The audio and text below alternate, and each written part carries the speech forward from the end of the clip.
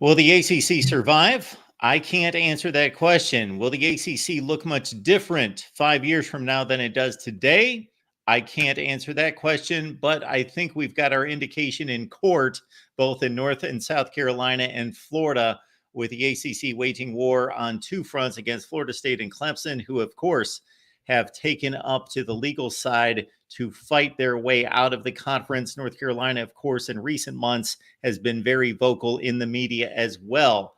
Do these brands that you see on the screen, how do they look in comparison to one another, comparison to the conference? What kind of value do they bring, both in regards to football, athletics, brand, prestige, culture, all of those things put together, and academics as well, in their quest to move on and be a more valuable brand on the college football landscape, and an ever-changing college football landscape. We appreciate you all being here at the Voice of College Football. You may be watching on the Florida State channel, the Clemson channel, the Miami channel. Welcome.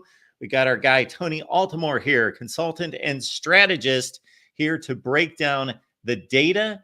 And this guy is a wealth of knowledge, both currently and historically, about the dynamics of these conferences and the institutions themselves. Tony, it's great to see you. Thanks so much. Great to be back. Absolutely. Well, we've got a lot of interesting stuff we think for you guys that'll help. For those of you guys who haven't been on a deep dive show with us before, what we do here is we take a look at the schools that are within Mark's Voice of College Football community, and we've added 3 extra ones. And what we do then is we try to compare the schools across just sort of that set of metrics.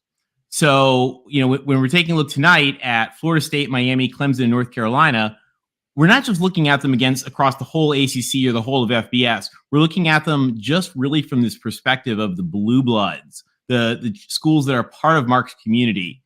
And I think it gives us an interesting perspective. And it's something you don't really see very often, because usually when you see these schools compared and stuff, it's just against each other. But as we think about potential realignment issues, what's going to happen in the future, nobody knows.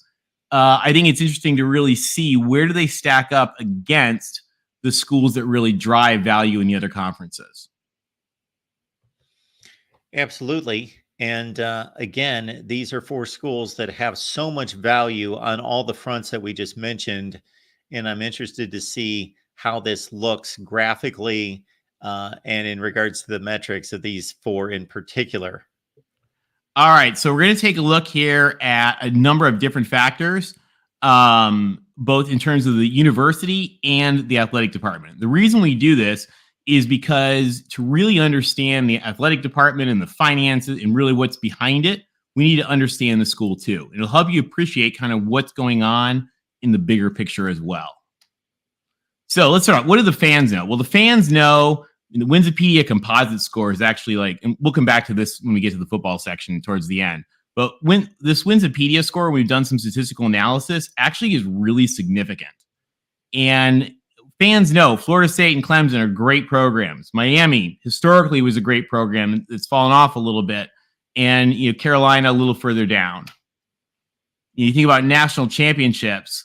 Miami's got their 5. Florida State's got their 3 Heismans. North Carolina doesn't have any. And we talk a lot about TV viewers. We know people watch Clemson. They watch Florida State. But we know about attendance too. We'll skip that. We'll come back to all that. But what we want to talk about tonight also is about the schools themselves and kind of how they fit together. And one of the interesting things we see is when we look at Mark's Voice of College Football community, who he has channels for, these are all exceptional schools. You guys will hear people, fans joke back and forth like, oh, your school's terrible, whatever. There are no bad schools at all in the power conferences. There are none. But when you take a look at these here right now, for example, the highest level that you can get from the Carnegie classifications for a research school is called R1. Every single school in here is one of those. About more than half these are AAU schools. A lot of them are state flagship schools. A ton of them are land-grant schools. And under the U.S. News classifications, they're all national universities. So these are all exceptional schools. So when you see somebody at the end of this or the bottom end of this, it doesn't mean they're not good, because they're all exceptional. It's just comparing those exceptional schools to each other. All right. So let's look, first of all, just school ranks, because some of you guys may not be updated on this. So when we look at this, again, all good schools. These are the thing about the ACC's overall academics are exceptional. If you take a look at that, you see that here. Carolina's number 22 in the country. Florida State, 53. Miami, 67. Clemson, 86. I mean, that's great. If you branch it out, because people, I don't like U.S. News. Well, the one that academics like more is the Shanghai rankings for the ARWU one. Again, it looks pretty much the same. Grad schools, skip over grad schools. Let's talk about attendance. Like, getting into these schools is an interesting thing. Again, because all of this ends up more than you think feeding into the athletics. So Florida State, a lot of people don't realize, has really in the last 30 years transformed itself into being a fantastic school. Among these teams, Florida State has the 4th highest applicants. They're between Michigan and USC. And that's amazing. Miami's a small private school, so they are a little on the lower end. But, all these are really, really popular schools. And they're really hard to get into, generally. I mean, Carolina only takes 17% of the applicants. Clemson's the lowest at 43. I mean, look, a lot of these very good schools are in the 70s and 80s. And if you look at yield rate, which is like how many of the kids you let in choose to come, also really high. And you just sort of see North Carolina is a wildly good school, even if their football team's not always as good. And look at Florida. Now, as far as market power, school strength. So this sort of shows like where's your yield rate versus your admissions rate. And you want to be in the upper right. These schools are all in really, really exceptional positions. So ACC, good on you. Just a fun little thing, taking a look at where national leaders, congressmen, senators all come from. Carolina's at the top. So they're really churning out great graduates and leaders of the country. As far as enrollment goes, now this is one of the interesting things that starts to feed into something that really affects football, and that is scale. So the bigger the school is, usually the more money they have, the more ability they have to fund football, the more ability they have to, provide facilities, fund what they need, pay for the coaches, and it all sort of snowballs into success. So the more scale you have, the better. So when we take a look at these schools, it helps to be big. And Florida State, for example, it helps to be big and rich, or at least be one of the two. Florida State, one of the bigger ones here, 44,000. Carolina's 32, Clemson 28, Miami's only 19,000.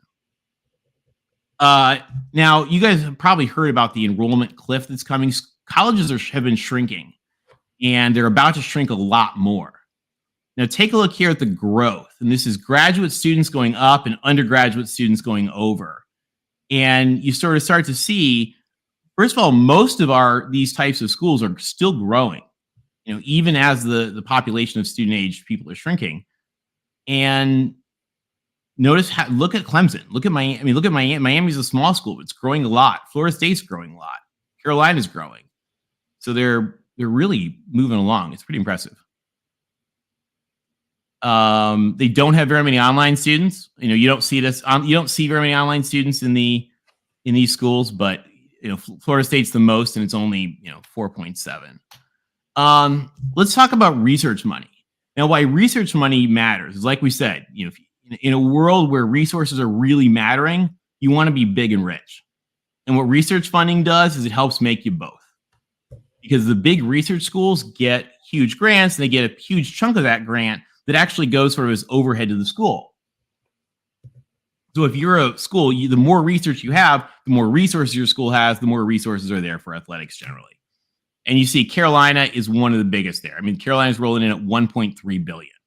Miami, $439 million. Florida State, $356 and rising fast. I think they said it's over $400 for the next year. Clemson's a little smaller, $263. So all of these institutions are big research schools. But again, you see that helps give you resources that you need. Carolina, we're going to see in a minute how much their athletic department competes in Olympic sports. It's the broader reaches of the school that help fund that. So this is total budget of the whole school. And you see, interestingly, Miami is the most at $4.4 billion. Why? Because they have a huge healthcare system. One of the things that really, really helps schools and helps schools be rich, therefore helps athletic departments be rich, is having a healthcare system. And you see, interestingly, who's the number one on here? Again, just because you have the money doesn't mean you spend it on athletics, which is a really interesting question, because Miami here at number one, they're at number one in this group, but their chancellor or their president just left Miami today to be the new chancellor at UCLA. It's huge news.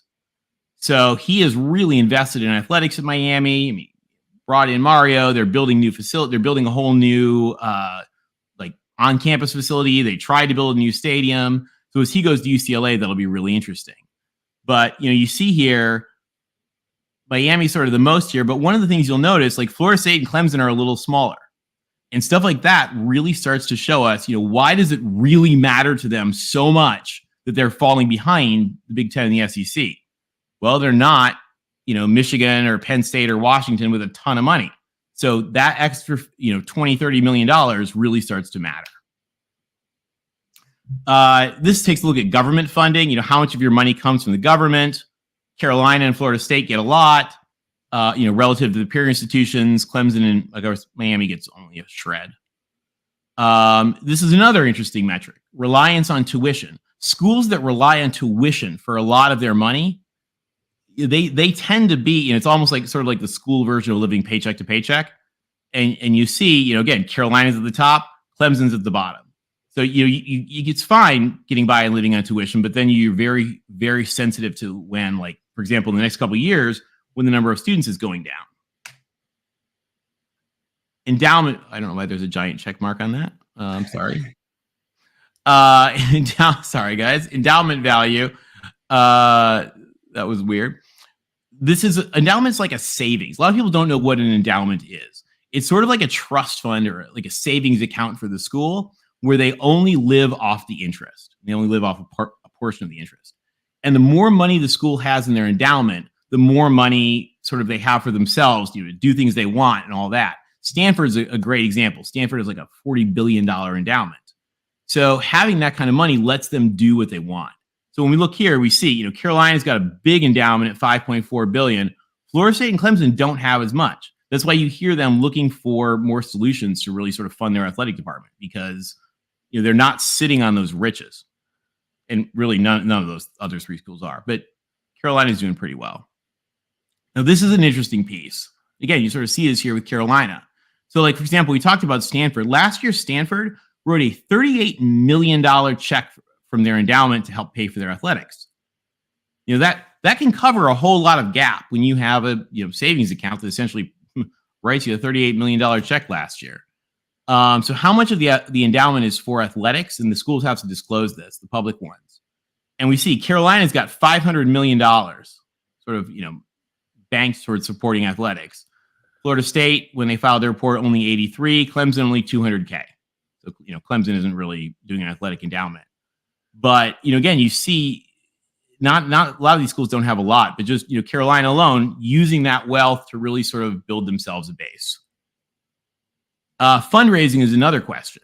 So this data is actually a couple years old because they don't have the new stuff, but the ability of the school to fundraise translates into the ability of the school to, pay for the things that they want to pay for outside of the school itself. And you see here, Carolina and Miami fundraise a lot. Clemson and Florida State don't.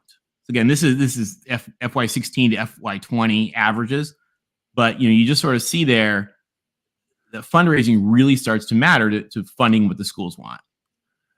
Market. And this is not as much of an issue in realignment right now, but I thought we'd look at it just really closely. Just, local area population versus state population.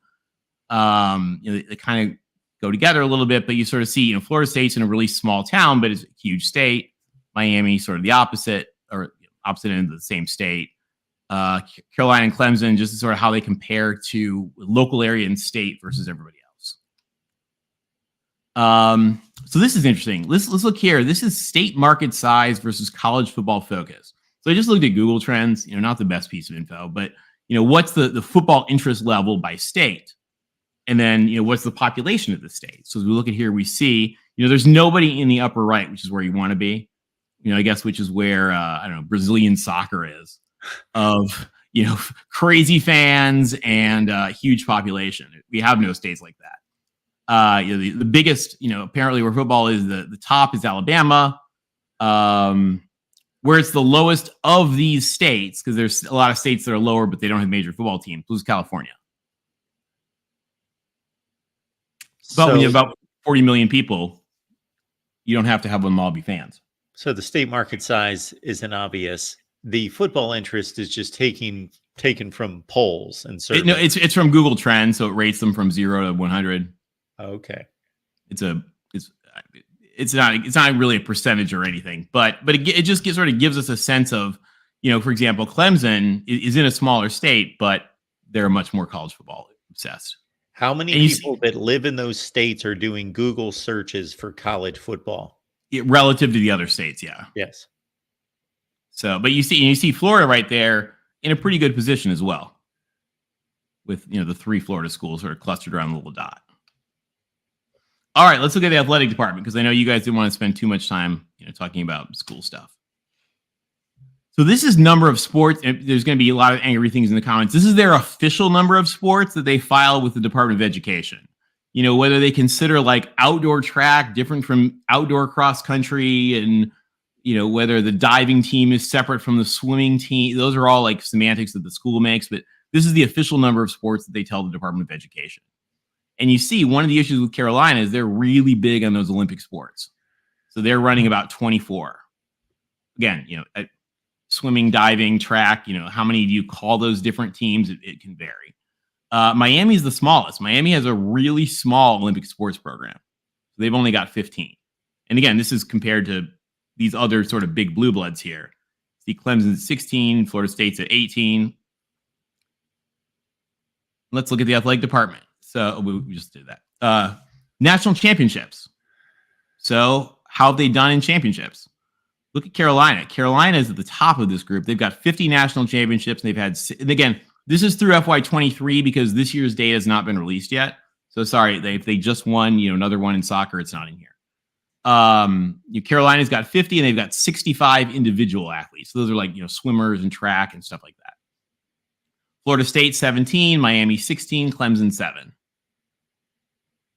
You see, these schools have done really well. North Carolina exceptionally well, but they're not quite to the level where you start to see the Texas and the Penn State and USC and UCLA. The Director's Cup. So this is the measure of your entire athletic department, sort of how it compares. And this is where you win the trophy every year. The Texas just won for this year. It was announced yesterday. Go Longhorns! Congratulations and hook 'em. So this is the last 5 non-COVID years versus just last year. And if you see, Carolina, that huge Olympic sports program, they're up in rarefied air, just above Georgia. Florida State's not far behind them. The thing about Florida State, they don't have a ton of sports, but they focus on winning. So whether that's soccer, whether that's baseball, whatever, Florida State does what they want to win, and they do. So you see, Florida State's really, really successful as well. It's kind of interesting and surprising to me that Miami and Clemson are so far down. I know Miami baseball's not been doing very well and stuff like that lately either, but they're not particularly high. Number of athletes. Some of this relates to the size of your school, and some of it relates to how many teams you have and what teams you have. So these numbers kind of vary a little bit. But this is trying to take a look at about how many varsity athletes do you have. And one of the interesting things with the House settlement is going to be a huge increase in the number of scholarship athletes. So the bottom, and this data is not released. So this is some very approximate calculations that may not be exact, because it's impossible to do that without the actual data. But this sort of tries to back into about how many scholarship athletes they have, because they're probably going to have to add a couple hundred more in a lot of these cases.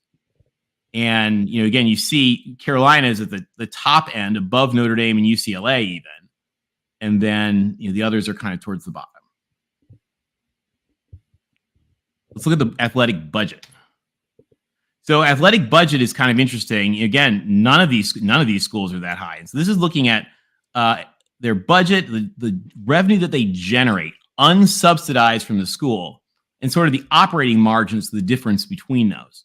Now, this data, by the way, guys, depending on your source, will vary a lot, because whether or not it includes things like debt payments, interest, capital expenditures, stuff like that, will vary. So what I've tried to do here is give you guys the best stuff, which I think is from Sportico. For the schools that do not report to Sportico, I added in the stuff that they had to file from the government. So this is actually breaking the data rules and combining two sources, but I wanted you guys to have everybody on one chart. But of course, the private schools, we don't get some of the data from, but you can see kind of here where everybody is and how their budgets compare. And so you sort of start to see Florida State's talking about a budget gap. Well, look at their budget gap. Florida State Athletic Department right now is spending $172 million a year. Ohio State's spending $100 million more and making a profit. In Carolina, that huge athletic department, they're only spending $139. So that's kind of surprising. I mean, North Carolina, like when I do those bang for the buck charts, like how many dollars you spent per director's cut point, Carolina's going to have to be up there. So this is a really interesting chart. Again, you sort of see, how much does that athletic department lose just off their operating margin? Now, there is some sketchy stuff. It has, because again, remember guys, athletic departments, they're not businesses, so they're not trying to make a profit. So it's not like if they wanted to, could they? It's, they plan and run the business usually to break even. Let's talk about the subsidy, burning money. Subsidy is really interesting because this is how much money the school is covering for the athletic department. How much money the school is giving the athletic department. So this doesn't include debt, if they're not paying it back or whatever. This is just the money the school gives to the athletic department. And a lot of schools view this not as a bad thing. So you want to look at it interestingly. It's okay to have some, but you don't want to have too much. Because, the subsidy, a lot of times, like students, if they get a subsidy, then they'll get like free admission or whatever. But at Ohio State, there's no subsidy, so they have to buy for tickets. And you see all three of these are on a subsidy. They're really not too high. It's once you get into G5, you start to see subsidies of 15 million, 20 million, 40 million. Mm-hmm. So for Carolina, for example, Carolina, like I said, they have all those Olympic sports and everything. So for them to only be at 14 isn't too bad. None of these schools really have subsidies. But again, you see, the ones at the end, they don't need it. They're even turning money back. So this is athletic profits returned to the schools. None of these teams had money to give back. But a lot of the others, again, they had excess budget and transferred it back to the school at the end of the year. So athletic debt is a big subject. And it's a big subject right now. It's a debate sort of with this private equity stuff. Because debt is not necessarily a bad thing for college, and particularly for college athletics. Because the difference between college and a regular person is that colleges can borrow money really cheap. Colleges can borrow money cheaper than private equity can borrow. So, it's easy for colleges to get money when they need it through debt and, pay it back over time. So things like facilities, stadium renovations, things like that, it makes sense to pay for with debt because it's cheap, it's easy to get, and, it's something like, rebuilding your stadium, you're going to pay off over time. The only thing is you have to actually pay it off. The problem with Georgia Tech is that for whatever reason, the money they spent for to do a huge renovation, 20 years ago or something, they didn't really pay down. And so now they're faced with, they kind of need to do another one in the, somewhat near future, and they still have all the debt from the other one. So, their AD's done some really interesting things to try to help start paying that down. But it is something to sort of keep an eye on here because the schools don't want to rack it up too high. And you see, Florida State right now is a 127. I think they just added like 300 million to that this year or something for their stadium renovation. Carolina's way down there. Clemson's kind of in the middle. So as long as you can afford it, it's fine. But you don't want to be saddled with a lot of debt for stuff that you don't need. So on the revenue end, I don't want to dwell on this. This is sort of conference revenue. This is changing dramatically this year and next year. And a lot of the revenue stuff's sort of being thrown up. You can kind of tear up the history books as we get record amounts of new revenue. But this is interesting. Look, this is game day revenue. So tickets, programs, concessions, parking, all that, which, by the way, is a lot less than you'd think it would be as far as how much the athletic department actually gets. A lot of times that money, goes to the school and it goes to like the parking department, not to the athletic department. And then this is athletic department donor giving. And this is, again, FY23 here. And you see, none of these schools are making nearly as much money as their the bigger peers are. Carolina, I think, is really high because of basketball, because they have Dean Dome. You'll see their basketball numbers in a minute. I was surprised Florida State is so low. I don't know if tickets are really cheap or what's going on there. Florida State has pretty good donations. Remember, we saw Florida State in the 2010s, and Florida State's doing a lot better fundraising now. But in the 2010s, they were averaging $83 million a year, and right now, last year they got $54 million for football alone, and that was when they were not good. This is before Norvell really got them going. This is the 22 season. So you sort of see they need to close that gap to the Big Ten schools, because this is what's helping pay for Ohio State to have a $275 million budget. So let's look at spending. Where do they spend it? First of all, let's look at coaches. Again, we don't have the data for Miami. This is how much they spend on football coaches, the rest of their men's coaches, and their women's coaches. It is not very balanced, as I'm sure you can imagine. But and I don't know what Virginia Tech was doing. They didn't report it for whatever reason. But you see, again, they're not on the high end. Now, this is, of course, Norvell, I think, just signed a huge new extension. So this is, again, also a number we can probably tear up. This I thought was interesting. This is, how much of the money that they allocate to their different sports is spent on football and men's basketball versus all the other teams combined. Interestingly, Miami, because remember, a smaller athletic department, 61% of the money from there that they allocate towards the different sports is going to football. Only 28% goes to all the other teams that aren't football and basketball. Look at Carolina, look down there, they're, way on the other end, and they're only 46% on football. And then this has to do with there's a whole thing with overhead. We won't get into it. Buy games, this is how much you got paid for it to be a buy game for an away game or an away team versus how much you paid. And it's kind of interesting to see. So Ohio State was the worst. They paid opponents $10 million throughout the year. Interestingly, Carolina is the lowest in this whole group of what they pay for buy games. Recruiting, Miami is one of the highest spenders. Florida State, surprisingly, is one of the lower spenders. Maybe there's just, I don't know, not a lot to do in Tallahassee. I'm surprised they're so low. Sports spending. So how much are they spending on their key sports? Let's look at football first. The reason these are in two sections, guys, is what I did is I went and allocated the overhead that they weren't allocating to the sports, and we allocated it on a per athlete basis across the department. Sort of, the best sort of peanut butter way to do it. Just because there's a whole lot of spending that we needed to account for that wasn't actually on their spending reports. So we try to sort of recreate the real spending there for you guys to be able to see. And you'll sort of see those numbers here on these charts. But, Florida State here spent some of the highest on football of anybody here. Third most behind Alabama and USC, which I thought was surprising. Miami right behind him. I think this had to do with paying Mario and paying the other guy in the same year, whatever, over that same period. Clemson kind of in the middle. Carolina at the bottom. Men's basketball, Florida State was high. Miami also quite high. I was surprised Carolina was low. I think their coach probably needs a raise. And Clemson really low. Baseball, Florida State, world-class program towards the top. Again, Carolina towards the bottom, Miami and Clemson in the middle. Women's basketball, of course, Miami had their huge success with the Twins and everything. Carolina, Florida State, Clemson not spending a lot of women's basketball. Volleyball, same thing with Miami, Carolina again at the bottom. All right, let's look at football because I know that's what you guys want to see. So football today. So let's look at current success versus medium-term success. And we're using here SP Plus because it's a good way for us to sort of compare all the different schools.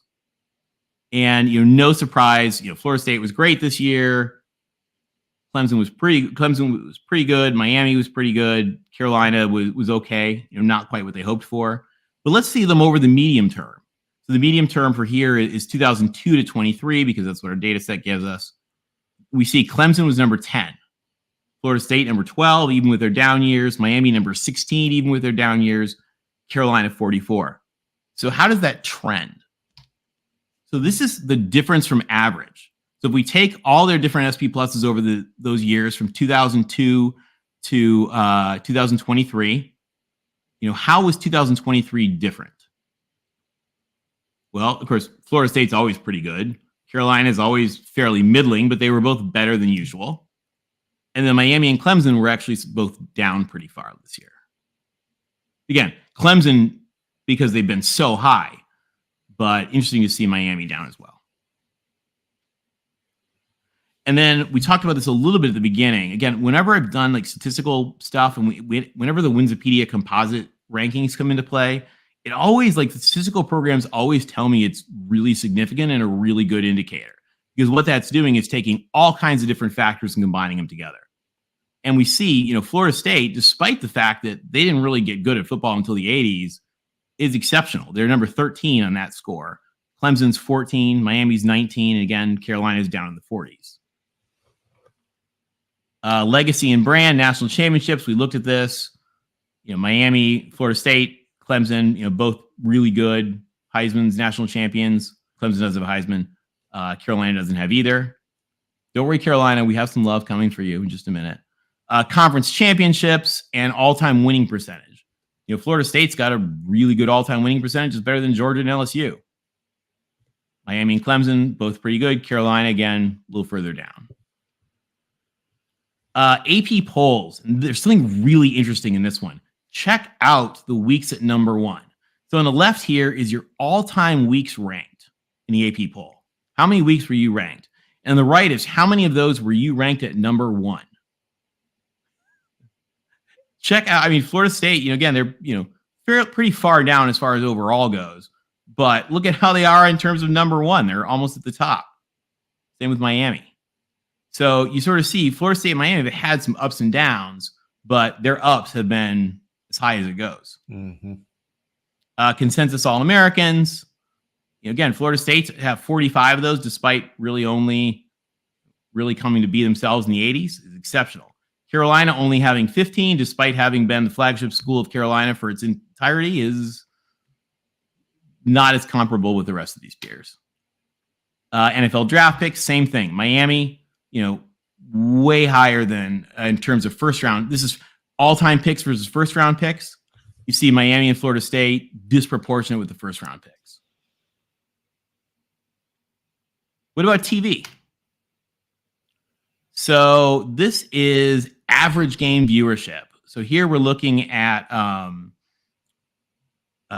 OTA network broadcasts versus main ESPN. So this is like, what are your networks versus on ESPN?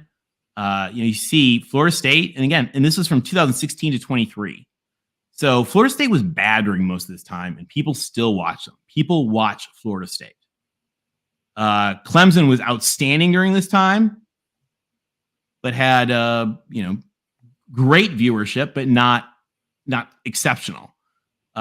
Pretty similar to Miami, and Miami has been through 2 or 3 coaches in this period of time, and then Carolina is a lot farther down. But one of the things you'll notice here, guys, and this has to do with the Big Ten contract and sort of the bigger money involved in all this, is how many more people watch the networks versus ESPN. A lot of people think it's pretty equal.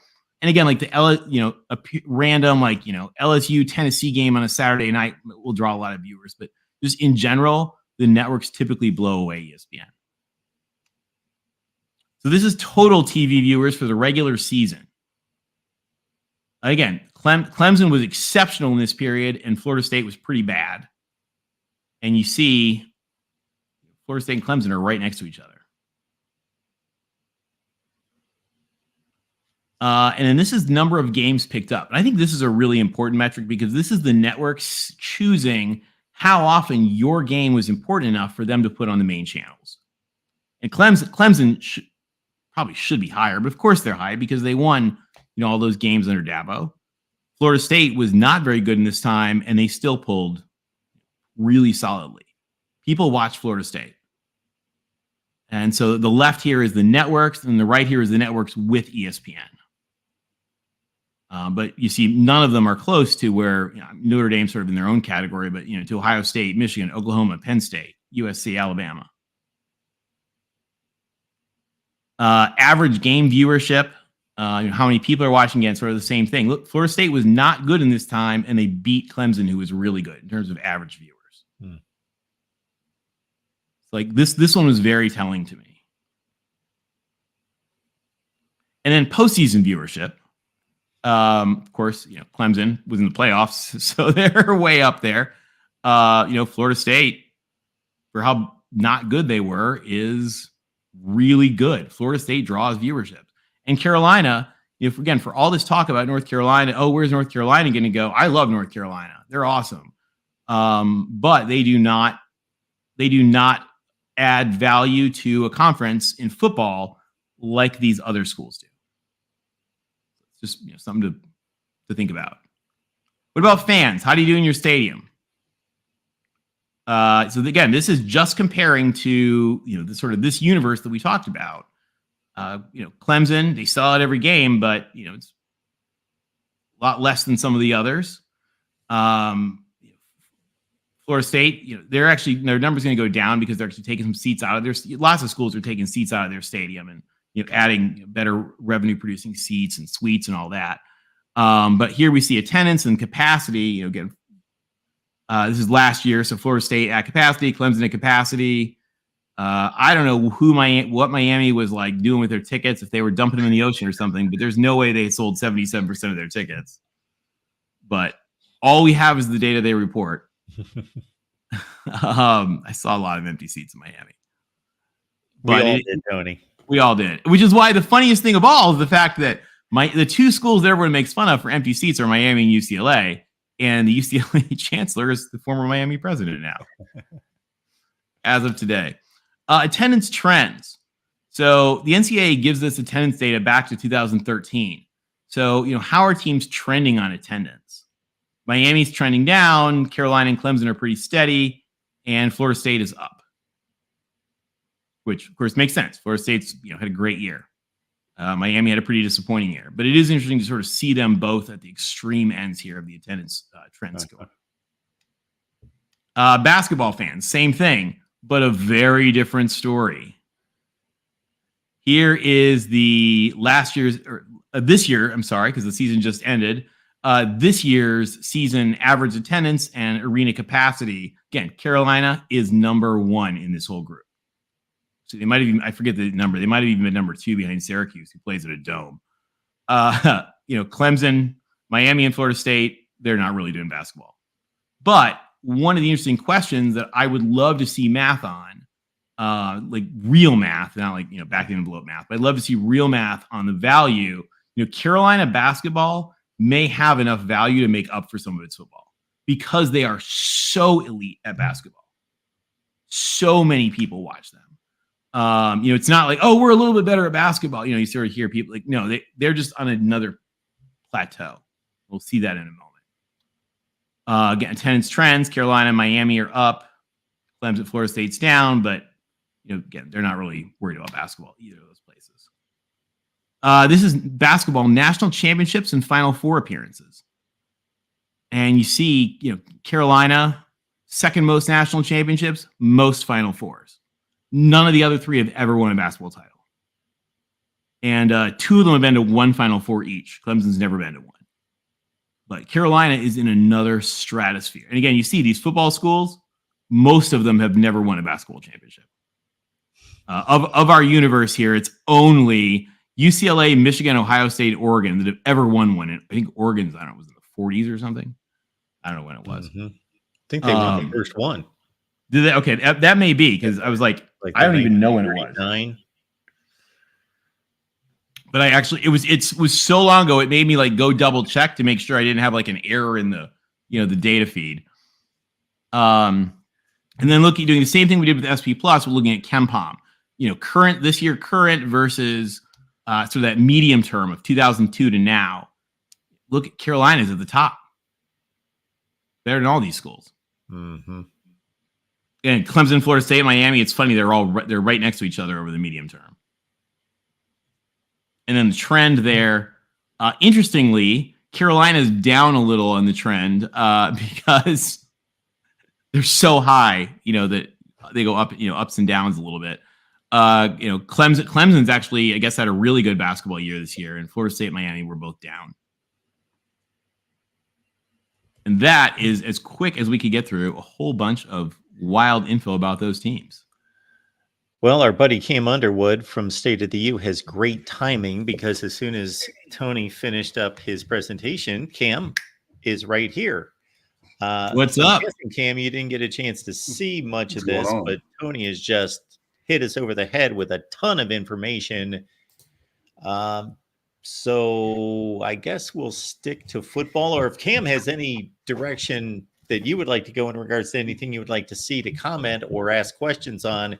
Tony's pretty much got everything in regards to athletic performance, budgets, football, the same thing, academics, enrollment rates, all of it, endowments, everything. Nice. Well, yeah, I saw just caught the bitter end there as a,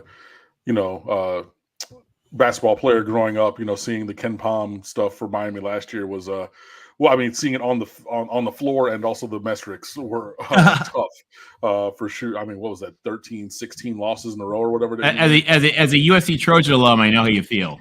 Hey, and Mark, see, full circle.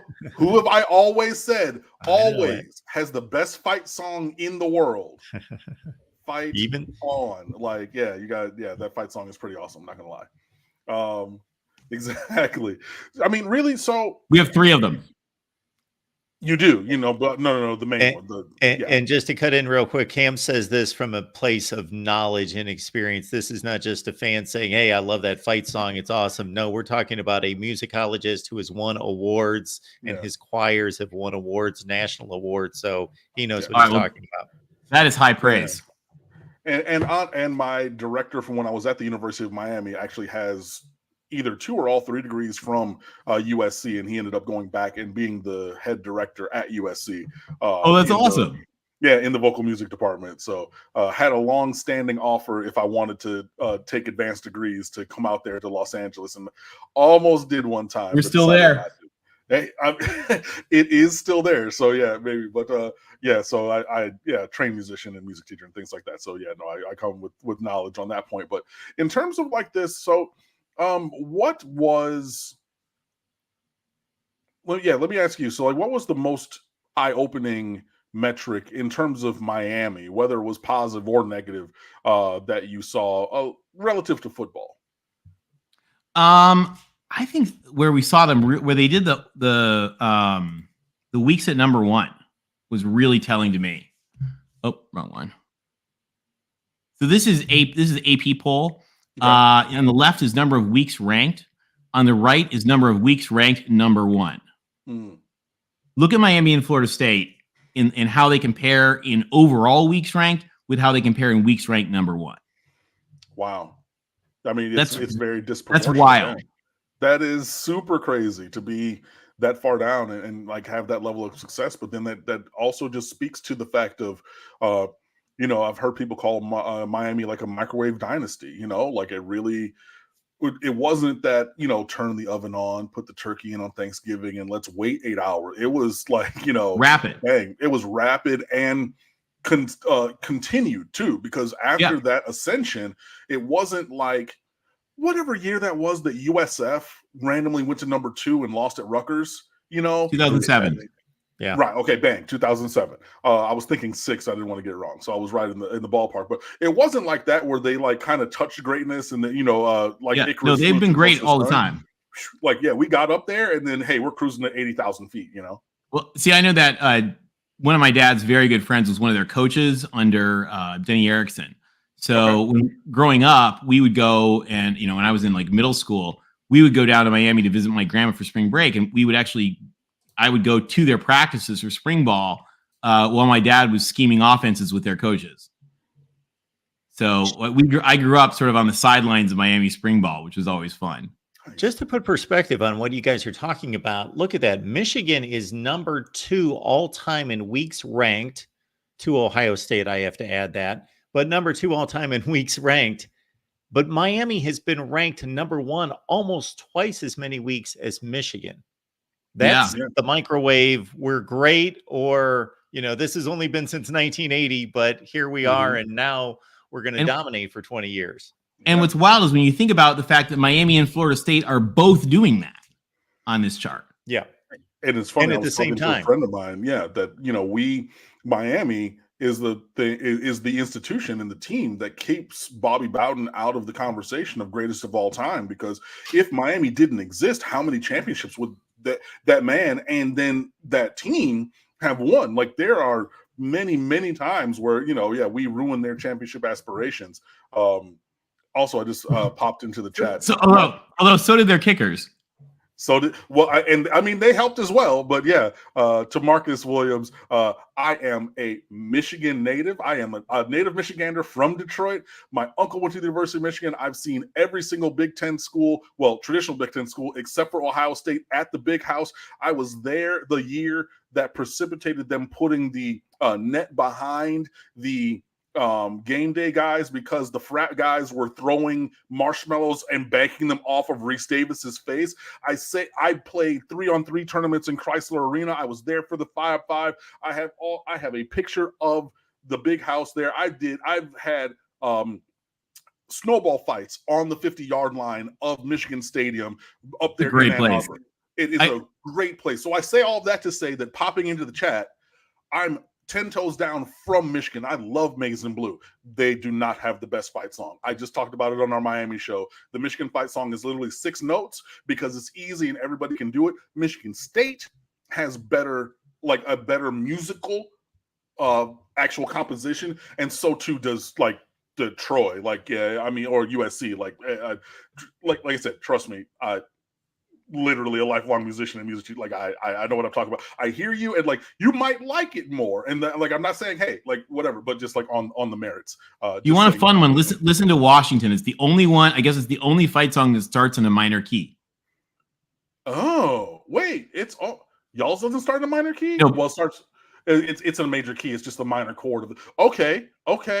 Yeah, Washington is a really good one too. By the way, you'll laugh at this. I was at the Big House when number 3 Michigan played. I was like, I don't know, 5th grade or 6th grade or something. When number 3 Michigan was playing number 1 Florida State, and everybody thought, it was like the game of Keith Jackson, all that. Everybody thought Michigan was going to win, and I will tell you, Bobby Bowden hit that, and that Michigan team was good, and Bobby Bowden hit them like a freight train going through a school bus.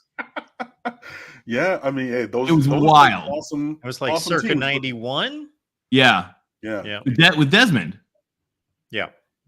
But that goes to the point of this poll or this graph that you're saying of how long the sustained success of Miami and Florida State at the top, not just being there, but being there, breaking the doors down and staying at the top of the list.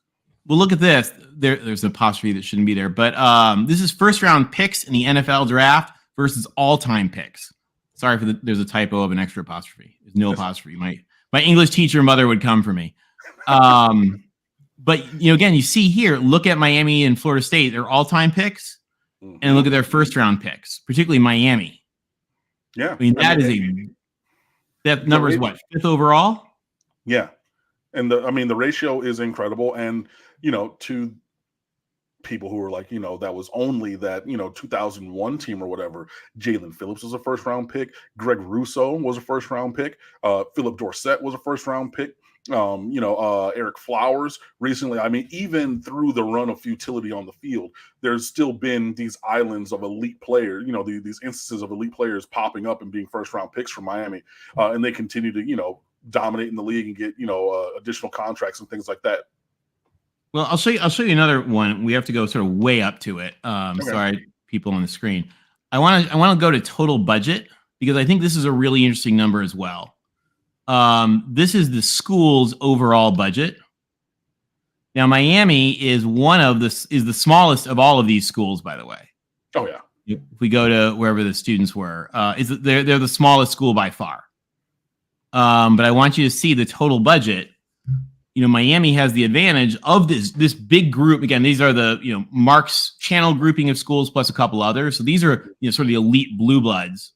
And you see, even though Miami is a tiny school, it has a huge budget as far as the university goes. A lot of that's healthcare, but that's creating wealth for the university that then gives them the flexibility to, as we go into an era here of, revenue sharing and resource gaps and everything else. Miami's really well positioned because it is a very rich, powerful institution. By the way, sorry to hear about your president today. Well, I mean, look, onward and upward. Like, I think, he stepped up from Harvard to Miami, crazy to say, but true.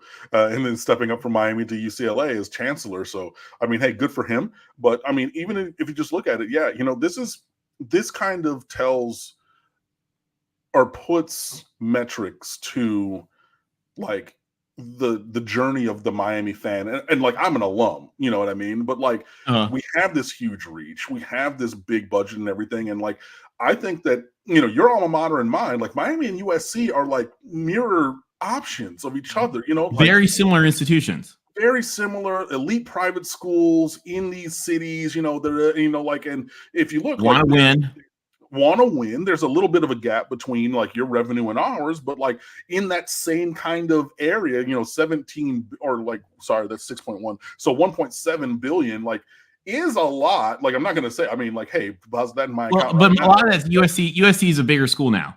Exactly. That's what I was going to say. It's similar, but not the same. And like, if we had the same scale, I think that Miami would be about the same budget, probably. I think it would even exceed USC's at the same actual, like, size number. But yeah, just bringing that in, it just shows the foundation of everything that like we bring to the table as a university, as we look forward. And I do expect, Miami to be leaving the ACC. It's not just going to be Florida State and Clemson. Our athletic director came from Clemson. He was the first one to do a presentation about needing to leave, this conference when he came to Miami. And I think that we're cool being, like the silent leader in the background and saying, hey, Florida State and Clemson, y'all want to be the loud, talky guys. Y'all go do that. We'll just follow in, and then we'll find our own path. Well, and the other thing too is, as a private school, you get to do whatever you want. Pretty much. Which gives you a lot more flexibility. You don't have to, have public meetings to approve things. You can do what you want. And that is very, for schools like Miami, for USC, for the Ivy League schools, Northwestern, the being private is a tremendous, it's a disadvantage in that you don't get, $400 million from the government every year. But it's a huge advantage in that you're not accountable to anybody either. And as we saw here, a lot of these schools, I thought this was interesting. A lot of these schools don't get as much money from the government as you would think. So Clemson, for example, Clemson only gets $169 million from the government. Really? Yeah, no, this is appropriation. So like, the government gives you research grants and everything. So the difference between public schools and private schools pretty much is whether you get the appropriation or not. And so this is somehow Miami gets appropriated 17 million. I'm guessing it's, I don't know, pediatric health or who even knows? I'm just making that up. It's something small that's there, but you sort of see here, Carolina's getting 600 million, Florida's getting almost $1 billion, Texas A&M, UCLA getting a ton. But you see a lot of these folks don't. I mean, Michigan only gets 3% of their budget from the state. Wow. Michigan's effectively a private school. I definitely thought that was going to be higher. Again, as a native Michigander, and I have, half of my graduating class from Cranbrook went there. My uncle and exactly. Like I had a different impression, especially because it's the University of Michigan, and like Ann Arbor does not exist without the University of Michigan. Like it is a college town to that size and scale, like one of the top 5 public institutions in the country. But to see this financial foundation, this is very eye-opening, definitely.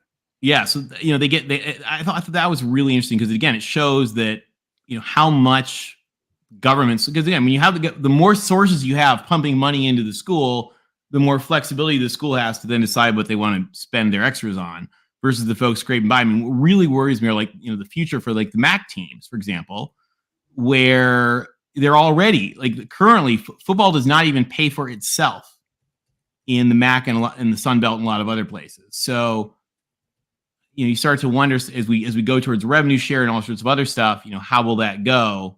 And then tuition revenue. This is another great statistic for Miami. Only 14% of Miami's money comes from tuition. Interesting. So again, they're not really dependent. As the we have the rapid demographic cliff coming up. First of all, they'll probably be fine because they're Miami and they can still pull students anyway, but they're not dependent on tuition for their money. I believe, well, especially with the University of Miami health system, which is like Huge. probably the major health provider in South Florida. Or, yeah, I would say it's the number one of a couple. There's Memorial, there's Baptist Health, but I would say, but even Baptist Health is partnered with UM. So yeah, like that's huge. I mean, it is crazy because, I mean, now, not to say, to misrepresent to people, like total cost of attendance per year is up over $80,000-$90,000 for the University of Miami. So this is not saying that it is cheap for an individual student to go, but that we get a lot of the budget from other places. But well, one of the things we also looked at was growth. And I thought that was really interesting. So this is enrollment growth. It's undergrads horizontally and grad students vertically. And I mean, and this is over a period where the number of students shrank. The number of students is going down overall, but these schools are mostly all going up. So it's like, it really is. And I put a thing on Twitter the other day about sort of the rich getting richer, but about the consolidation of, we look at spending, we think about, the FBS schools are, just sort of being evil in, they're taking all the money. But they do the same thing overall. If you look at if you look at like sports spending of, FBS versus the rest of Division I versus Division II, Division III, NAI, they're only a small portion of the number of schools, but they're a massive portion of the athletic spending. Yeah. But that huge percentage is the same when you look at things like research spending and you look at overall spending and you start to look at all these other metrics of them as schools. Yeah. And it really is. In fact, if you take out the weird little cluster that's like the Ivy League, because they're doing they already played this game. They just did it 100 years ago. It's really, really interesting to sort of see that, it's these same schools that are sort of gobbling up all the football money are also gobbling up all the money everywhere else too. And all the students. Interesting. And just like from a Miami standpoint, thinking of new programming that has been unveiled recently within the last decade, and then just facilities upgrades. There's a lot of new dorms, so there's a lot of more, availability on campus, so that the undergraduate population can grow from the 8,500 that it was when I was a student in the early 2000s.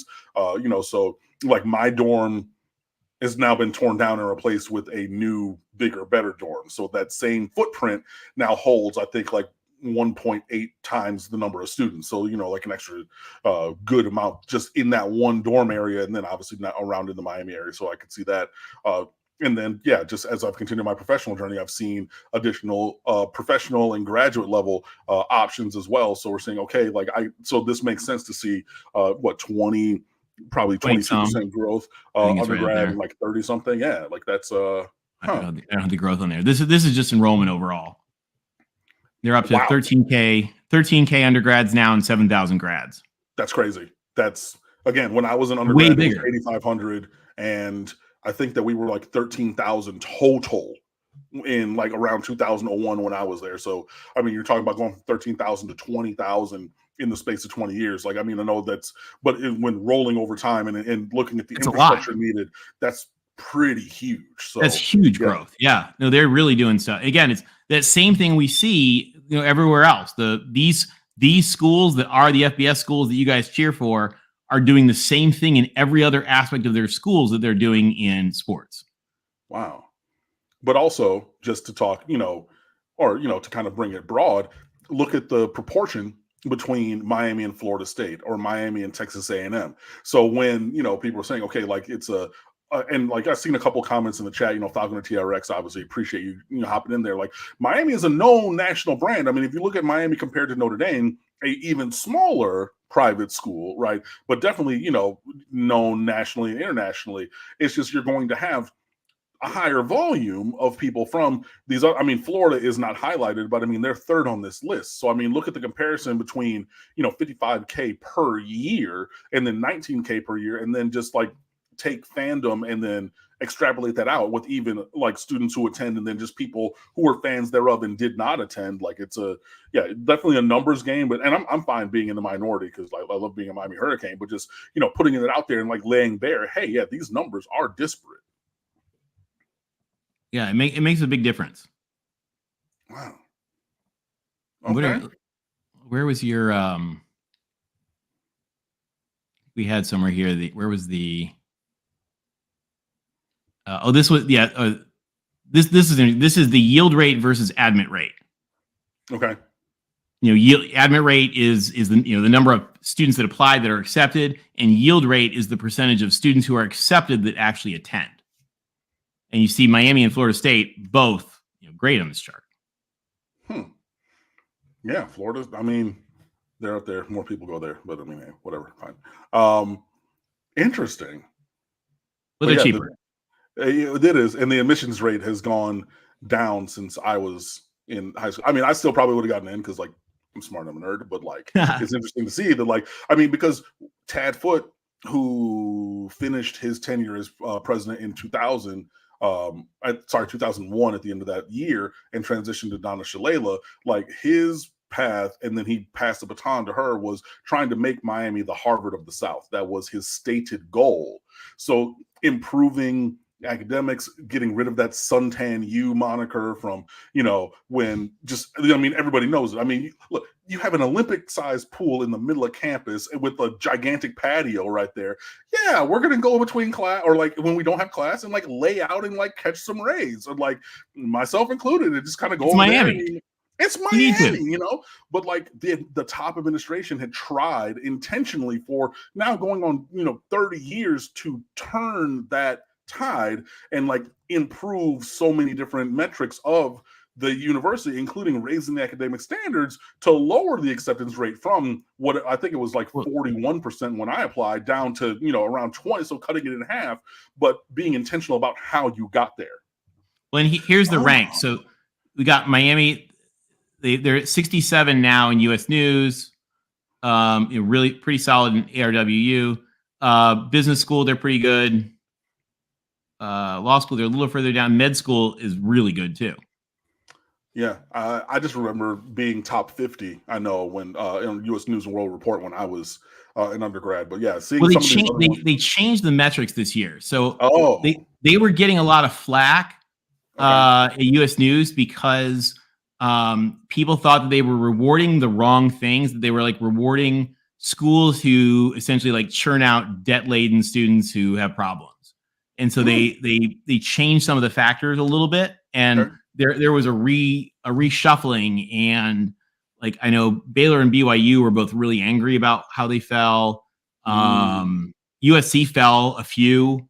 A number of schools fell. TCU fell. Again, great schools, but it had something to do with, again, I think like I don't know, debt per student. I don't remember which metrics they changed, but it was a few of those.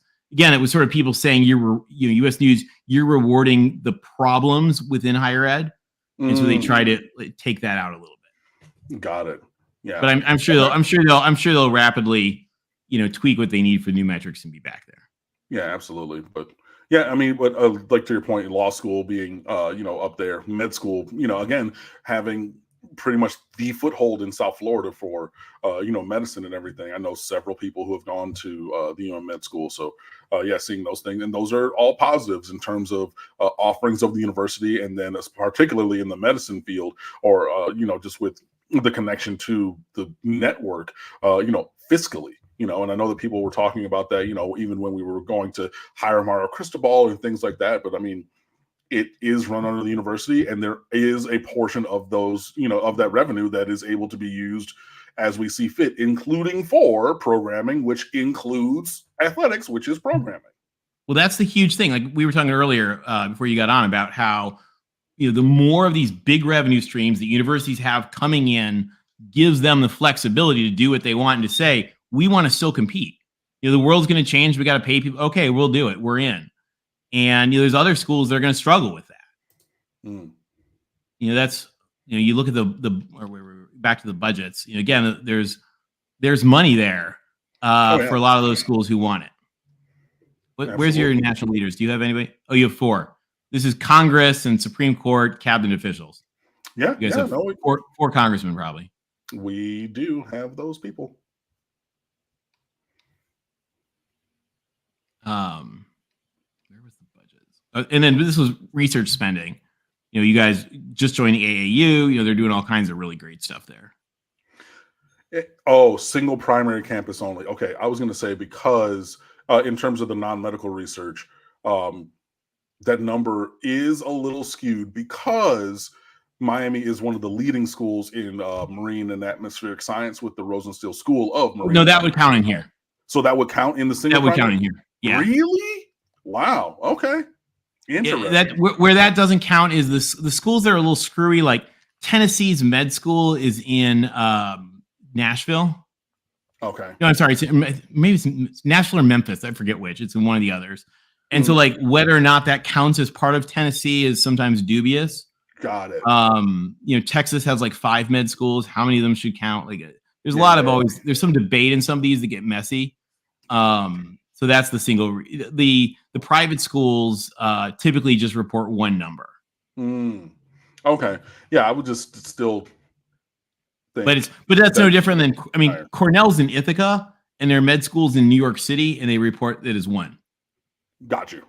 Fair. Okay. So why should Nebraska? I mean, and some of you guys know Nebraska got kicked out of the AAU over that primarily. Like it is a whole dumb thing. So like why do Cornell and Penn State get to do it and Nebraska and Tennessee don't? I don't know. So the left puts them together and the right keeps them separate. Got it. Okay. Interesting. Okay. I won't bore you with the whole debate about assigning a research by campus, but I can tell that you have a lot to say on the topic. Yeah, there's a lot of debate there that nobody on this channel wants to have, so we won't have it. No worries, no worries. But again, this is just another one of those ways that money goes into the schools. Got it. Okay. Nice. Well, I've learned a lot for sure. So yeah, thank you. Although, hold on, there's one thing we have to ask you about. Oh, we have to put you on the hot seat. Oh boy. There's no way they sold 77% of their tickets last year. Sold? Yes, absolutely. Sold. Did they?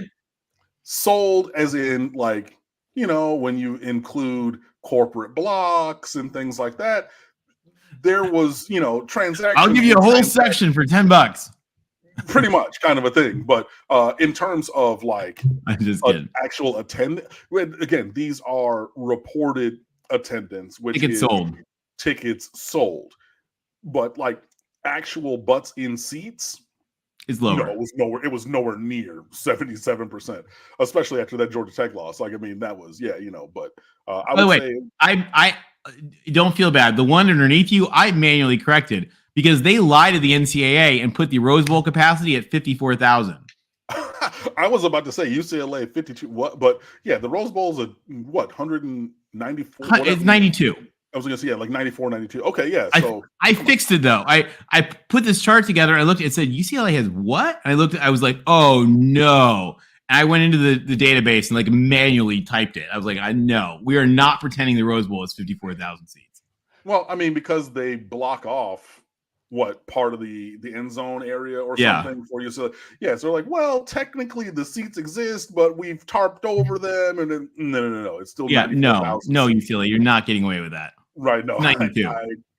No, that's perfectly fair. But yeah, I mean, I do think that especially seeing all these deals and like knowing the corporate sponsors and seeing all these things there, like that go on at the stadium and whatnot. So many partners from the Miami Dolphins, like F1 is there. The Miami Open is no longer on Key Biscayne; it's on that site. So you're talking your Bacardis, your Budweisers, your all those sponsors and partners and things. I could all get tickets. Yeah, they all get tickets. They all buy stuff, whether they give them to people or whatever. But yeah, in terms of like what the actual attendance in the stadium was, I would say of this number, you could lower it by half. I mean, it would probably be in that UCLA range, that 48 to 55% actual attendance. And yeah, like for many years, people have derided Miami for being a digital fan base and like only existing online. But Miami is an event town, man. You know, if you don't have something that's really high caliber and high quality, there's so many other things to do in South Florida, you know? Like, come on. Like, it's like, I mean, it's the same in LA. It's the same issue. that's what I was gonna say. Like, same issue in San Francisco. Would you rather go spend a day over by Fisherman's Wharf, maybe go take a tour of the bay, drive over the Golden Gate, look at Alcatraz, right? If you're in Miami, and everybody, I mean, I know they always send a camera crew down to South Beach to get the video, but we know that Miami Gardens, not by South Beach, guys. No, it's not. Not even a little bit, guys. But you could be on South Beach. You could come to downtown Fort Lauderdale where I live. You could go to, any other number of beaches. You can go to Coral Gables proper. Like, there's plenty of places and plenty of things to do. If you look up events in Miami tonight, well, it's raining like, you know, a biblical plague or something now. So probably not tonight, but if you looked up things to do in Miami on any given weekend, there's so much to do on any given random day. So if you're going to take your time out to leave your location, wherever that is, and drive to Miami Gardens or, you know, Carroll City, and go to that stadium and be there for as long as it takes with travel, as long as it takes to park, as long for the game, and then if you're going to make a day, because you pretty much have to dedicate a full day to doing a game, right? So that means that you're also dedicating a day to going and doing that at the exclusion of these other things you could possibly be doing, including staying in your overpriced but probably beautiful home, wherever that happens to be. Like, it is a challenge, but Miami, you know, the fans and the community does come out when there are events that warrant and necessitate it. Whatever it is, hopefully, you know, there more of these items will be Miami Hurricanes football games. But yeah, the attendance has definitely struggled as the performance is matched. But the thing, and I could be wrong in this, I guess we'll find out, but I think as they get hot again, the attendance will come back. Absolutely. Because it's the place, when it's the place to be, people will go. Yeah, I mean, exactly. Like, you saw, you know, everybody in the world pulled up for the F1 race. Like, it's always packed for, you know, if you have a good product, you'll be there. I've talked about it often, but think back to 2017, Saturday night, 8 p.m. game day game for Virginia Tech. You beat them, then you run it back the next week for Notre Dame. Again, if you look and think, when have they put that 8 p.m. primetime ABC #1 national game in the same place for consecutive weeks? Few times, if any, but one of those times was Miami, because Miami is good and draws eyes. Yeah, and draws eyes on TV. I mean, when we were looking at TV numbers, you know, you guys in Florida State were both, before here, you know, not very good in this time. Mm-hmm. This is average game viewership. So this is 2016 to 23. You were bad and Clemson was exceptional in this period of time. Exceptional. Yeah. Your average viewership is on network is pretty much the same as Clemson. Come on. That's what I'm saying. Like, it's, again, to you literally just said it. We were mediocre at best and they were exceptional, and the numbers are virtually the same. Like, you know, again, national brand, international brand, people know the U. And it's just, it's one of those things. Now, I get the ESPN number being a little bit lower, especially because, like, Thursday night games do skew that. They slightly. All sort of skew that, yeah. Right. Just overall, people don't watch. ESPN generally again, aside from like those rare games and the LSU Saturday night, Tennessee, you know, whatever, the ESPN draws much. I mean, people think that that TV numbers are driven by fans. Mark and I have talked about this before. They're not. They're driven by like your aunt who lost the remote last week and she's just watching CBS. There's 20 of her for every person who knows that Boise State plays on blue turf. Yeah. Absolutely. And so, you know, these numbers get influenced by, and people, they watch Miami. I mean, I'll tell you a school that draws better TV than their, you know, attendance numbers, whatever, suggests is Stanford. People will watch, you know, Stanford games more so than they'll watch them in the stands. You know, so you have some schools like that, but if it is a big name and people watch. Wow, yeah, that's I didn't know that about Stanford, but I mean, it's not yeah. they're not a huge draw, but it's better than you would expect given the quality of the team and the attendance when you take a look at that kind of stuff. But yeah, again, I mean, you look at this. This is so telling to me because you look at you from 2016 to 23 versus Clemson from 2016 to 23, and you're pretty close. I mean, and like again, maybe that was buoyed a little bit by 3 games in 17. So Virginia Tech, Notre Dame, and then the day that it all died in Pittsburgh, the day after Thanksgiving. Those 3. But people watch, like Miami, Florida State. It doesn't matter how bad you guys are. People, the nation will watch. Now that may not last forever. If you both stink for 50 years, that might change. But a couple years ups and downs, the nation watches. No, very true. And I mean, seeing laid bare right there. So yeah, again, it is incumbent upon Miami to be successful on the field, to like continue to get great placement, and then this will only continue to go up. And you're talking about your Aunt Sally in Mississauga, Montana, or whatever. But a point that I've made with Mark on the channel several times is like, just remember that like when you're focusing as fans, you kind of miss the forest through the trees, and everything. Like, football games are not football games; they're television shows, and like it's hard when you're like, no, but I'm a fan and I go, and then it's like, yeah, cool, and great for you, and I love all of that. But I started with bowl games or television shows, but like really all of them, all games are television shows. Like, that is the thing, and it's and when you look at it from that standpoint, especially when you have your big 4 networks on the left and all those kind of things, like, and you say, oh yeah, no, this is an episode of Friends, this is an episode of whatever, put that in there. That's how these companies view football games, not for the sports content, but as a intellectual television programming property. And you really see it. I guess postseason is not really relevant number. Well, I mean, we've only been once, so no, we've been, but just to random bowl games, but still. Conference championships doesn't really apply. You guys haven't been in a conference very long.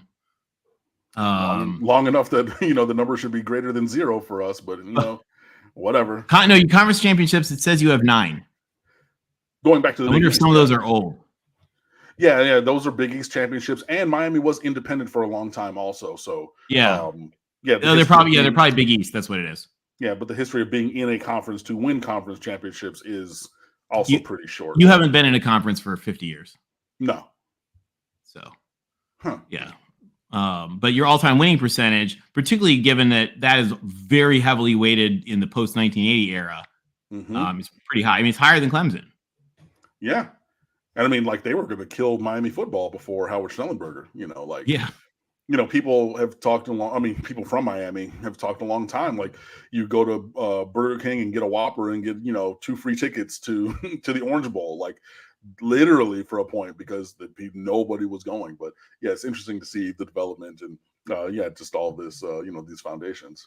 And obviously 5 golden. I have a T-shirt that says 5 golden rings. Nice. Although funny enough, I got it in like middle. I don't think I still have it anymore, but I got it in middle school, and I tried to find it because it was actually a bootleg shirt that we got down on campus there. They were selling for like $5 after they didn't win in '92. And so I wanted to save it until it became like real again, but I think my mother threw it away at some point. It did become real later on. Darn those purges and everything, right? I know, they got their 5th one. We did. I'll leave that there. Yeah. Cam's going to stop right there at 5, at least for tonight.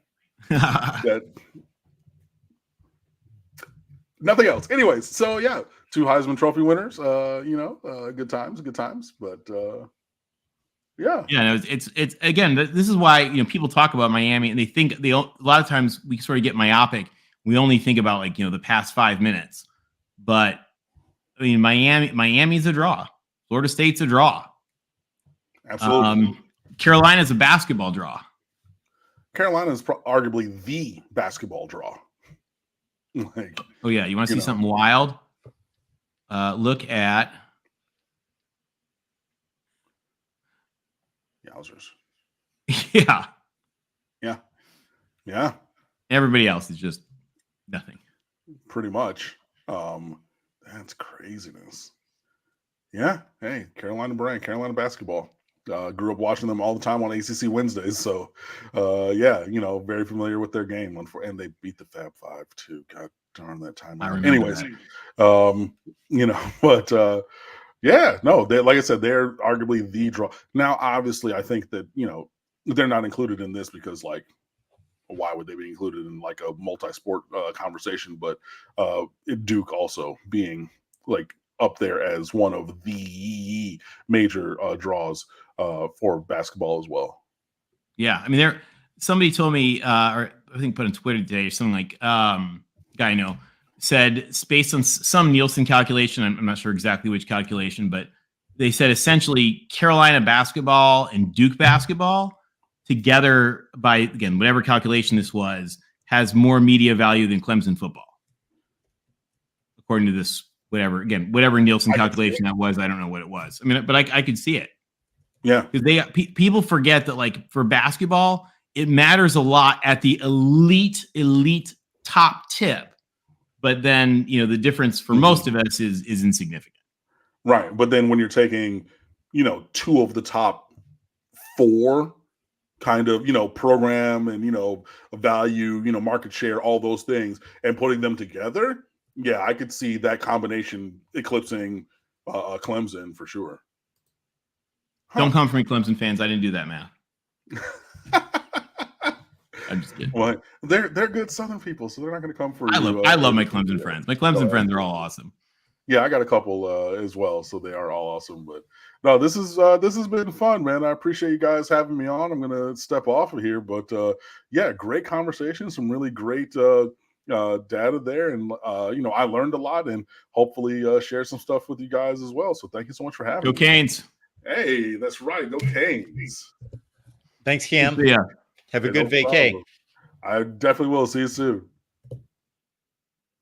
Cam Underwood, State of the U. And just to clarify, because there was a comment made in the chat, we invited media members from Miami, Florida State, North Carolina, and Clemson. So just make sure that we are not prioritizing any particular. You should know me for some people that have watched for a consistent period of time. Mark loves them all. Cover all the bases. So if somebody didn't show up, it was their choice not to show up. We want to have everyone represented. It is never my goal to skew the conversation in any such way. Sorry, guys. If you're Clemson fans or Florida State fans or Carolina fans, we all love you too, equally. I actually invited more Florida State and Clemson people than I did Miami. Miami was just Cam. Invited 3 Florida State people, 3 Clemson folks as well. A few things here, Tony. Yeah. And most of these, ironically, I had more academic questions than athletic questions. Maybe that's because I've got my head stuck in football every day, all the time. Well, you know the answers on football. So with the academics have just interested me, a number of these things. So you made a statement about Florida State really focusing and putting its energy and resources toward improving academically. And in the last 35 years or so. Yeah, dramatically so. So when a school does that, what type, besides fundraising and just throwing money at issues, what are they doing to improve academically? Well, so they've really tried to grow. So again, Florida State was, I don't know, wasn't a normal school. It was like a school for like teachers, all women until like the end of World War II. So what they've done is really ramped up their standards. They've hired better faculty. They've blown up like the national research that they do. So their research spending has gone from, not very much to 400 million or something. Created new programs. The growth of the state of Florida has really fueled those schools' ability to become elite schools. I mean, the University of Florida is a lot of people don't know is a phenomenal school. Florida is, up there, with Michigan, in North Carolina, as far as great schools. So the ability to do that is part of it's fueled on, growth of money, and part of it's fueled on the growth of the state. The state has more money to give them, and the state has more population, so they actually can be more choosy about who they take. I mean, one of the things, for example, when you think about schools like West Virginia and New Mexico and Wyoming, there are no 3 like sports schools that are more important to their states than West Virginia, New Mexico, and Wyoming, as far as what they do for the state. But part of their mission is to educate the people of the state. So, their admissions rate is really high because that's their job. Like, their job is to do that. When you have a big state and the state gets rich and there's a ton of people and all that, it allows you to really fund like elite schools and then, build a whole bunch more schools for everybody else. That's the model that California started in the 1950s when they did the whole California higher master plan in 1960, and you've gone for it since then. So that's why you see, UCLA, and Cal's actually tied with UCLA. They're the #1 public schools in the country. You take a look here, Florida, they are right there between USC and Texas. Texas, the same thing. So, being the flagship schools of a big state gives you that ability to do that because you don't have to have as much at the bottom end. But they, again, also, what they've done to really invest in their faculty, in research and student experience, all that. These people don't appreciate. These schools don't just want to be good in football. They want to be they want to be great in everything that they do, whether that's football, whether that's engineering, whether that's science, whether that's music. They want to be great in everything they do. And so, like I said, when you look at how money's been consolidating, it's not just football and sports where they're consolidating the money. They're doing it everywhere else too.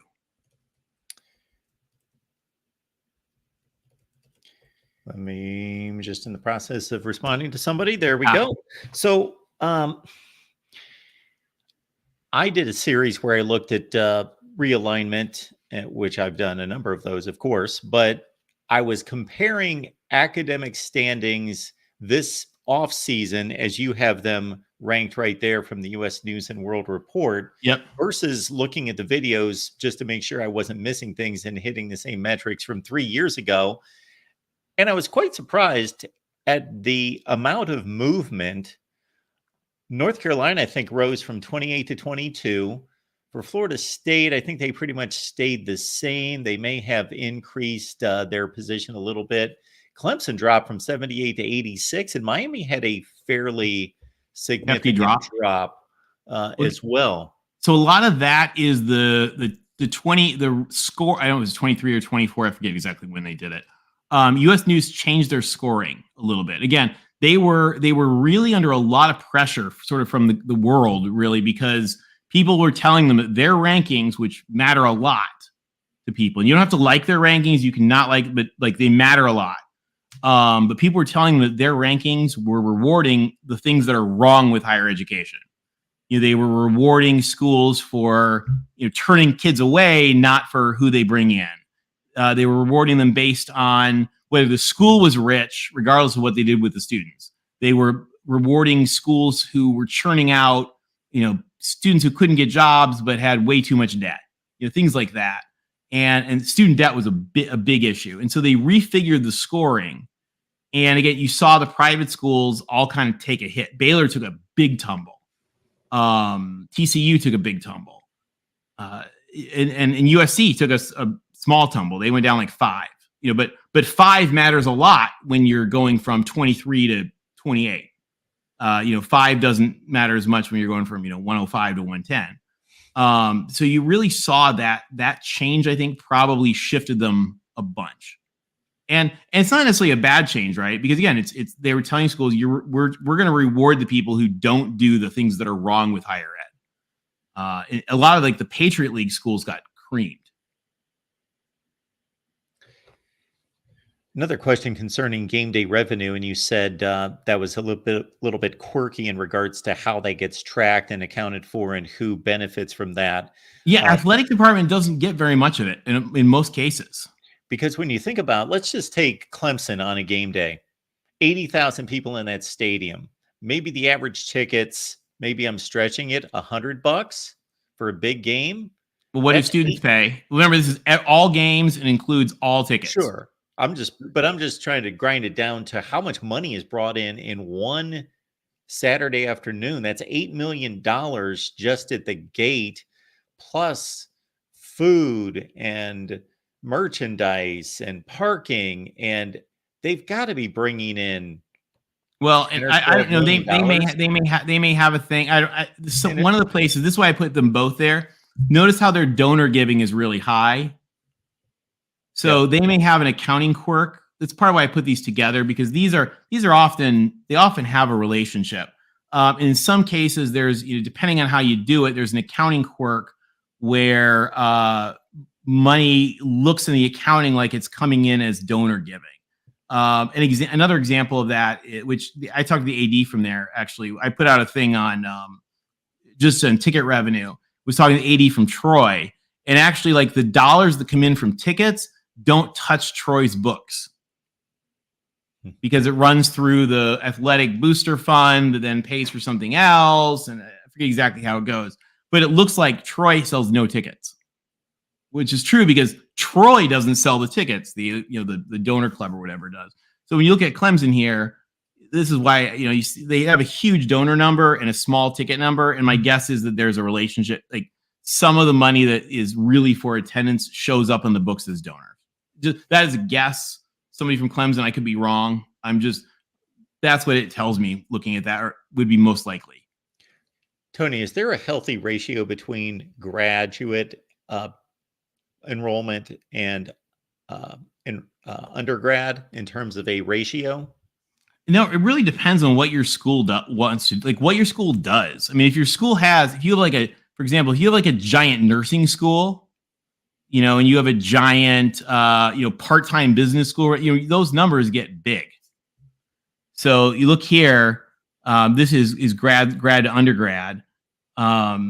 You see there's a pretty normal ratio here, but a lot of times if you're in cities too, schools that are in cities they'll have night law schools and part-time business programs and nursing programs. You have a lot of med school too.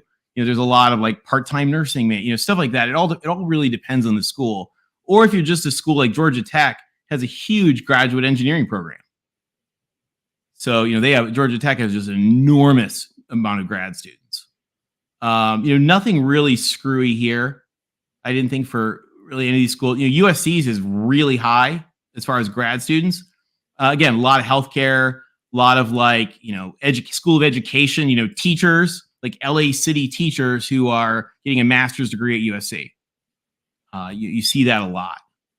In fact, I didn't put in. I tried to take some of these charts out earlier today frantically because I was like, there's too many. But one of the ones I took out was about graduates, and USC was actually number one because they have so many people are there for like a 1-year grad program. Let's make our way through these super chats. Falconer TRX, we thank you so much for the super sticker contribution there. Falconer TRX, public schools should not be allowed to use taxpayer money to pay for athletics. Well, you know what a lot of them do? A lot of them say they don't. Like this is the game that they play. By the way, guys, so just so you know this, they say we don't use taxpayer money for athletics. We use taxpayer money for we use taxpayer money to pay for the professors or whatever. Well, then what they do is that then they take the tuition money and they use that for that. They say, oh no, we don't use the tuition money either. Oh, we just use like all the money from the dorms and the parking, or whatever. So they play little games about like pretending sort of where it came from. But remember, at the end of the day, it's all coming into the school. Falconer, we appreciate it. The U is known worldwide, #1 worldwide brand. Good to you for that. Falconer, private schools don't get my tax money either. Oh, they do though. Oh, they do. Hold on, we're gonna make Falconer TRX really mad right here. Where was the budget? So they have to. Yeah, here we go. So one of the areas is, remember, the government is usually the state government doesn't give you the money, but the federal government does. Where was our research chart? Wherever that one was, I can't find it right. Yeah, so here is the state government giving you money, but remember, the federal government's got the real money. Take a look at these. Take a look at these numbers of what they get from the state, and then take a look at what the Ivy Leagues get from the federal government. It's a very different number. I don't know where it went. Sorry. Oh, I think it's further back, maybe wherever it was. But yeah, the federal government is a big chime in. Remember, also the federal government is the one fronting all the money for all of your students too. So you take a look at these schools, and I mean, there are schools like Grand Canyon and Liberty. Something like 90%. I don't remember the exact number, but it's like of the dollars coming in, it's just a ridiculous percentage of numbers is from the federal government. Especially schools like Liberty, schools like Arizona State that have online programs, Purdue, Maryland. They have, tons of military people. I mean, they have like Maryland campuses like on the Air Force bases all around the world. And so like just enormous amounts of federal money, even though it's not state appropriated money, enormous amounts of government money are going to those schools. Falconer TRX, why do Kane's tax dollars go to Florida State and the University of Florida? The sad part about being private. Oh, there was the research chart. There it was. Yeah, you look at this. I mean, Texas, I forget what the number we just saw. Texas getting what, 400 million or something from the state. I forget what it was. If you count the med schools, Texas is pulling in 3.2 billion from the federal government mostly. It's not all from the federal government, but a lot of it is. But they're also, curing cancer. So there's that. It's going to good causes. Absolutely. Falconer TRX nominating Cam as next president of the U. Job's open. Hopefully Cam saw that. Falconer TRX 2017 Notre Dame game was epic. Yes, as Cam was running down 2017, the last time Miami really made a run for a playoff spot, and they had successive Saturday nights in which, the place was rocking for sure. And yes, Falconer TRX looking back at the 2003 Fiesta Bowl, wanting his 6th ring. I gotcha. Throwing a flag. No, just kidding. Throwing a flag on that one. Throwing a flag on that one. All right, Tony. The last one I've got for you tonight is more putting everything that you know about the SEC and the Big Ten and Clemson. I'm going to pinpoint in particular, because if we were having this conversation, let's say 10 years ago, I would have said Florida State would be my guess as being ticketed to the SEC. They're an SEC school in regards to geography, rivalries established with the SEC and so forth. But I'm very much thinking that with a lot of things that have been put in play and with what the school itself wants, it appears as though they want to be in the Big Ten.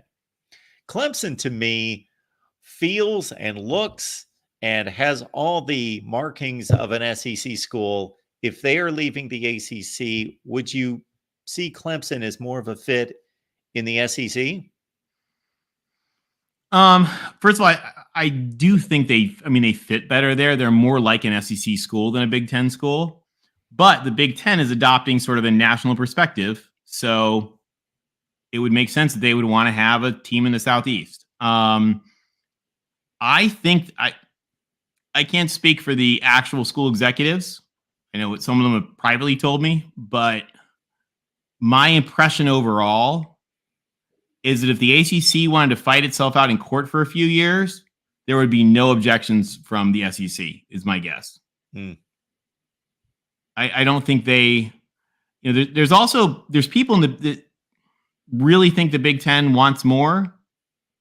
There's people who don't think the Big Ten wants more.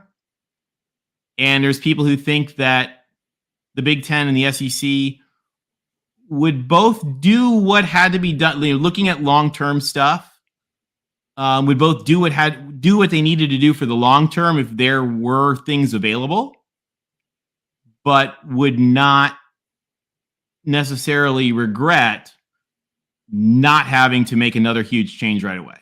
I really believe that's true with the SEC. I could be totally wrong. That is not, that is not directly from a school official, but just my impression is that they would just love it if things worked out for a little more stability. I think they're really happy kind of where they are. I mean, if you look really at the right now, the value adding perspective, there's not a lot of teams that add. Notre Dame adds value. I think Florida State adds value. Carolina football doesn't. Again, now if you want to talk about, well, if we factor in carriage rates and we add the basketball thing and this other factor, and could you get Carolina up to nose close to the line? Maybe.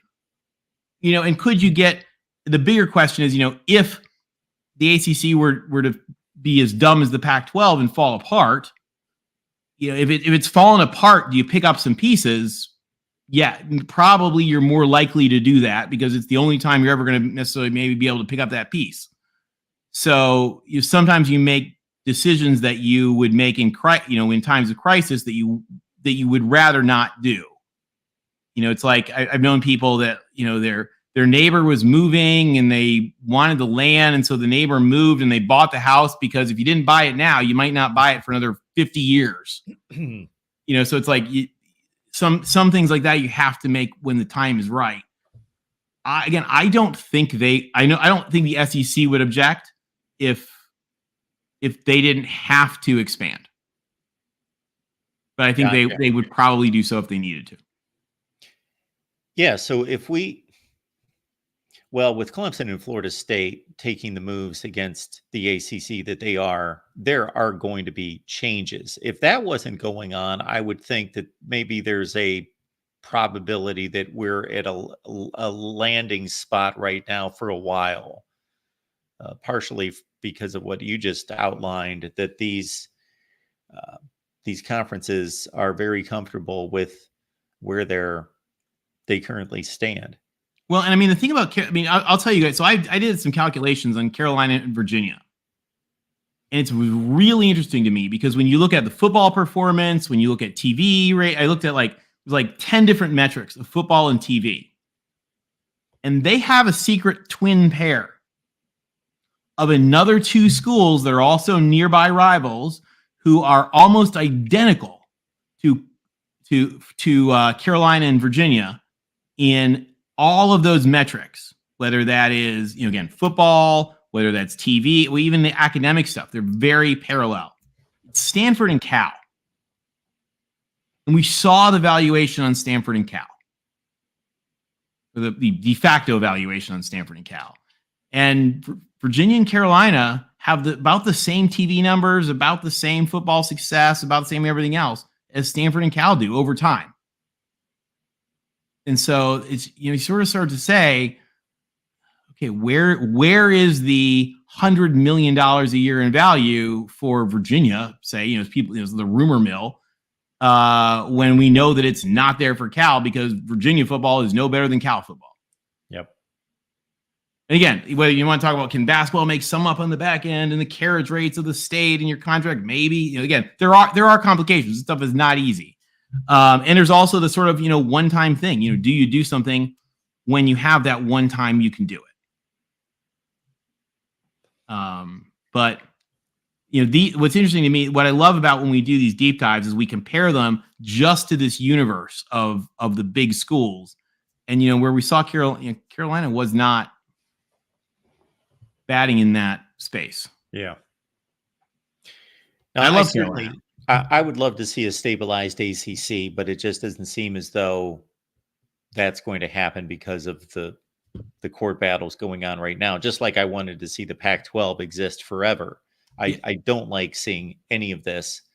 But if it's going to transpire, I'm going to be fascinated. Certainly, the landing spot for Florida State and Clemson are going to be crucial in terms of this power struggle between the SEC and the Big Ten. But I know that those schools have safe landing. They're too valuable. Miami, they may have to go Big 12, which to me is a very odd fit. But if that's what it is, that's what it is. I'll be curious, and I feel bad for the potential and most likely plight of Boston College, Syracuse, Wake Forest, and those schools. There's a layer in there, Tony, that I'm curious to see. North Carolina State, Louisville, those kind of schools, and with as well as they play football and bring pretty good TV numbers, especially Louisville. Yeah. Whether they're going to be considered good commodities and where that's a dividing line that I think's interesting. Well, because there really is a whole interesting. And the other thing too is with the house settlement thing. To these schools, we have to flick wherever back to their athletic department stuff. But to add to the athletic budget, you're talking about, can you add another 20? These are the elite schools here. But can you add another $22 million to this?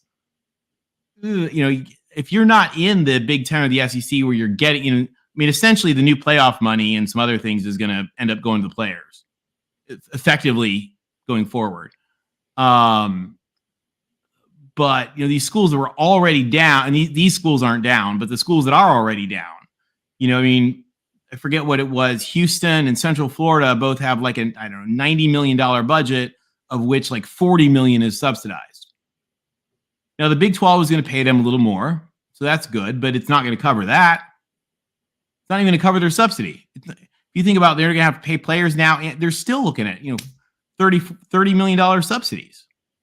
Netting out the difference between the Big 12 and the paying the players. So I look at some of these schools, and it's like, how long do you have that you're willing to do that? Some of the Sun Belt schools are saddling, $2,000 and $3,000 per student into athletic subsidies. So, I wonder if there's a point where there's going to be a breaking point where the schools start to say, this is an issue. Interestingly, I was talking with a U.S. Senator's office the other day about they reached out to me for some help with some math on some issues. And one of the issues they're concerned about is the impact on student debt of the house settlements and all the other growing spending in sports.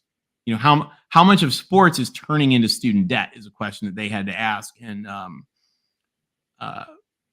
I know from some private discussions that issue has also been raised to much higher levels in the conferences as well. That's something that the government is very concerned about. Like, if you're going to be giving $20 million to your quarterback, that sure as heck better not show up as $20 million of new student debt that kids are being loaded on with. Wow, absolutely. Tony, thank you so much for being here. We appreciate everyone who stopped by and contributed to the chat. Great conversation, both here and in the chat. Thank you so much.